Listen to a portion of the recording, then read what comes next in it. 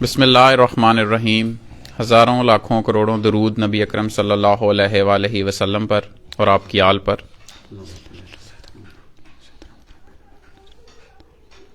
Pigeon sports magazine کی جانب سے آپ کی خدمت میں حاضر ہیں.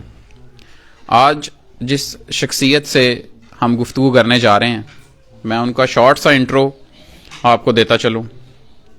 ایک نہایت ہی مخلص شخصیت، کبوتر پروری کے حوالے سے، انسانیت کے حوالے سے جتنی بھی ان کی تعریف کی جائے شاید کم ہے. اس شوق سے ریلیٹڈ الیکٹرانک میڈیا کے ذریعے جیسے بھی ان سے ممکن ہو سکا انہوں نے اپنے دوستوں کی اور نوجوان کبوتر پروروں کی رہنمائی کی اور بے لوث رہنمائی کی. اور میں سمجھتا ہوں کہ کبوتر پروری میں ایسے حضرات کا ہونا شاید کبوتر پروری کے لیے ایک بہت بڑا اعزاز ہے. جی میری مراد استاد خان محمد بارہ آف لاہور صاحب سے. سگنل کی پرابلم کی وجہ سے جو ہے بیچ میں رابطہ ہمارا کٹ گیا تھا. جی سب سے پہلے میں خان صاحب کو گجرات دتےوال کی دھرتی پہ جو ہے وہ ویلکم کرتا ہوں. جی ویلکم خان صاحب. سر مہربانی. ٹھیک ہے. میری آج خان صاحب سے ملاقات ہوئی اور ایک سوال جو سب سے پہلے میں خان صاحب سے کرنا چاہوں گا کہ ایک انسان کی تربیت ہوتی ہے جو اس کو گھر سے ملتی ہے، جو اس کے والدین کرتے ہیں وہ اس کی شخصیت میں بڑی اہمیت کا حامل ہوتی ہے. ایک وہ تربیت ہوتی ہے جو اس کھیل میں شاید انسان جو ہے وہ اپنے استاد سے لے کے آگے چلتا ہے. اور ان کی شخصیت کو دیکھتے ہوئے جس طرح وہ اس شوق کی بے لوث خدمت کر رہے ہیں، یہ سوال میرے دل میں اجاگر ہوا کہ میں ان سے ان کے استاد کے بارے میں پوچھوں کہ ان کی اتنی بہترین جو تربیت ہے اس شوق میں وہ کس ہستی نے جو ہے وہ کی. جی خان صاحب. پہلی بات تو یہ ہے کہ آپ نے جتنی میری تعریفیں کی ہیں نا یہ ساری غلط ہیں. تعریف صرف اللہ کی ذات کے لیے ہے. کوئی شک نہیں. ہم تو گناہ گار سے بندے ہیں یار، تو تعریفوں سے دوری رکھا کریں. دوسری بات کہ میرے استاد سہیل انصار خان ہیں جو بڑے ہی نفیس، بڑے ہی بااخلاق اور بڑے ہی ملنسار انسان ہیں. مجھے مسرت ہے، خوشی ہے کہ میرے استاد سہیل انصار خان ہیں. آپ نے ان کے خیالات سنے اپنے استاد کے بارے میں. یہ وہی تربیت ہے جس کو وہ آگے لے کے چل رہے ہیں شوق کی شکل میں. اور اب میں خان صاحب کا زیادہ وقت نہیں لوں گا. ایک سوال ہے ہمارا کبوتر پروری کے حوالے سے کہ جو ہے کبوتروں کی دیکھ بھال، خصوصاً جس طرح ٹھنڈ پڑ رہی ہے اس ٹھنڈ کے موسم میں ہم خان صاحب کی رائے لینا چاہیں گے کہ کبوتروں کی جو دیکھ بھال ہے وہ کس طریقے سے کی جائے. جی خان صاحب. دیکھیں جو آپ کا جو سوال ہے نا اس میں بہت ساری ایکسٹینشن ہے. وہ اس طرح کہ ہر شہر کا اپنا ایک ٹیمپریچر ہے، ایک ویدر ہے ان کے مطابق ان کی دیکھ بھال کرنی پڑے گی. جو گرم علاقے کے شہر ہیں وہاں کبوتروں کی سردیوں میں دیکھ بھال کرنا ذرا آسان ہوتا ہے. جو سرد شہر ہیں جہاں زیادہ سردی پڑتی ہے، اور بعض شہر تو ایسے بھی ہیں جہاں ٹیمپریچر مائنس میں چلا جاتا ہے، وہاں ان کا طریقہ کار مختلف ہے سنبھالنے کا. ہم ایک ہی طریقے سے ہر شہر میں کبوتر نہیں سنبھال سکتے سردی سے بچانے کے لیے. سب سے پہلی بات جو اس میں موٹی موٹی باتیں ہیں وہ میں آپ کو بتا دیتا ہوں جو ہر جگہ جن کی ضرورت پڑتی ہے. سردیوں سے پہلے نا کبوتروں کی ڈی ورمنگ لازمی کریں. اگر آپ کے کبوتروں کے اندر کیڑے ہیں نا، آپ سونا کھلائیں، چاندی کھلائیں، وہ کبھی تندرست نہیں رہیں گے. ڈی ورمنگ کرنے کے بعد ان کو اینٹی بایوٹک کے کورس کر لیں. اینڈروسول ایس کا کر لیں، اینڈروسیم کا کر لیں، یہ دونوں ایک ہی چیزیں ہیں. اس کے بعد کبوتروں کو بازاری کھانا کبھی نہ لگے، دانا کبھی نہ لگے دیں. جو عام دلبیوں سے ملتا ہے نا اس دانے میں بڑے غلط دانے ہوتے ہیں جو پرانے ہوتے ہیں، جو اوور ڈیٹ ہوتے ہیں، جو کڑوے ہو چکے ہوتے ہیں، جن میں فنگس بھی ہوتی ہے. وہ کبوتروں کو بیمار کرنے میں بڑا اہم کردار ادا کرتے ہیں. جیسے ہی سردی کا ٹیمپریچر ڈاؤن ہونا شروع ہونا اس سے کم ایک مہینہ پہلے آپ کبوتروں کو نا گرم دانہ لازمی کھلوائیں جو آئلی ہوتا ہے، جس میں خوردم ہے، کیا نام اس کا، سفید تل ہے، السی ہے، موٹ ہے، توریا. یہ 5 چیزیں اگر آپ مکس کر کے کبوتروں کو ڈالیں گے نا، لیکن اس میں نا ایک خطرہ بھی ہوتا ہے. 1 گلاس 40 کبوتروں کو اس سے زیادہ نہیں ڈالنا چاہیے.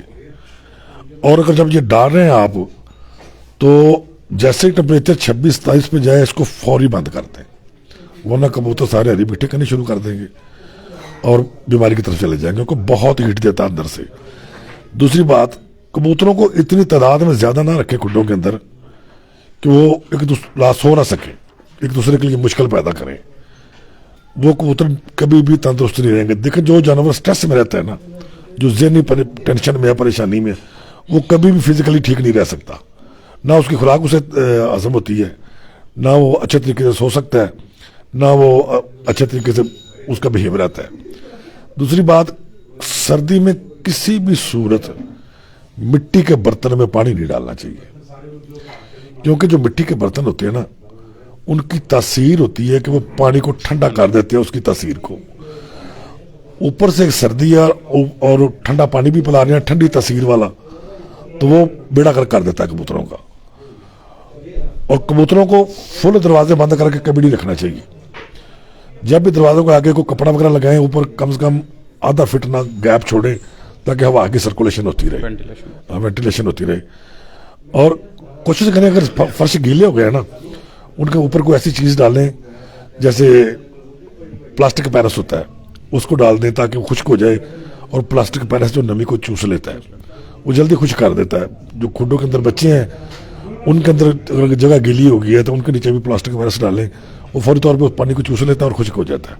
جی, میں خان صاحب کی آپ لوگوں نے باتیں سنی, بڑے اچھے اور بڑے مختصر وقت میں انہوں نے کافی جو ہے وہ نوجوان کبوتر پروروں اور بلکہ سارے کبوتر پروروں کو جو ہے وہ سردیوں کے موسم کے بارے میں آگاہ کیا.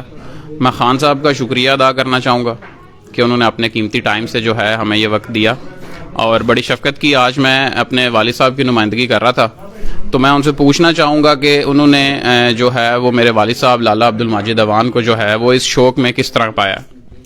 دیکھیے لالا صاحب کے اس شوق میں بہت زیادہ کاوش ہے.